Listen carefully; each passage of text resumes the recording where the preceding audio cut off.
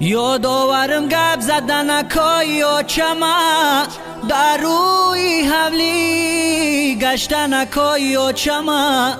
دا کشب سر بستنکای آچما یک شیشتن و چای خوردنکای آچما یه روزه که شب آچمای در بود رویه ما آچه بگم دودی دلم ببرویه ای مردمی به آچه دلکتان در غمای یه مانندی شما دلی ما هم پرالمای ای سری بلند مای برای او خمای یک عمر کنم ناله ای برای او کمای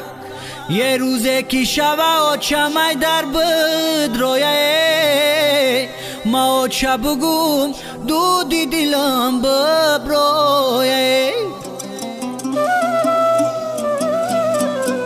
ما آچه بگم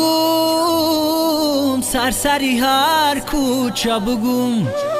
در تحکی به دو تگی آلو چه بگم ما آچه گویان زی دامنت می گشت می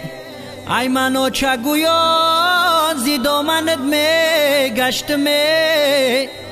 ای رفتنی تو دیگه کی را آچه بگم ای رفتنی تو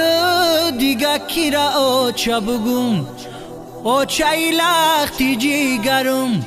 افسوس کی نیستی در برم از روزی رفتنی تو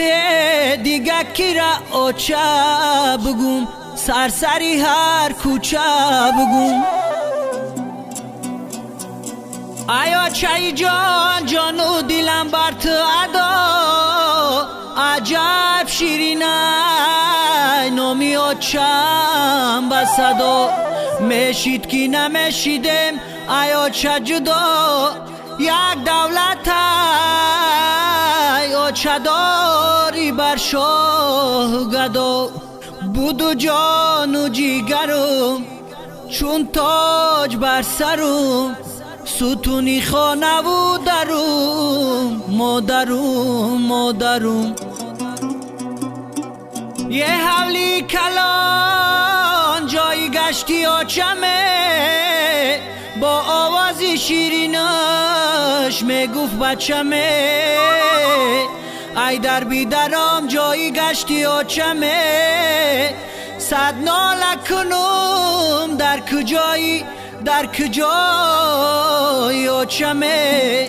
یه روزه که شوه آچمای در بود رویه ای من آچه بگم دودی دلم ببرویه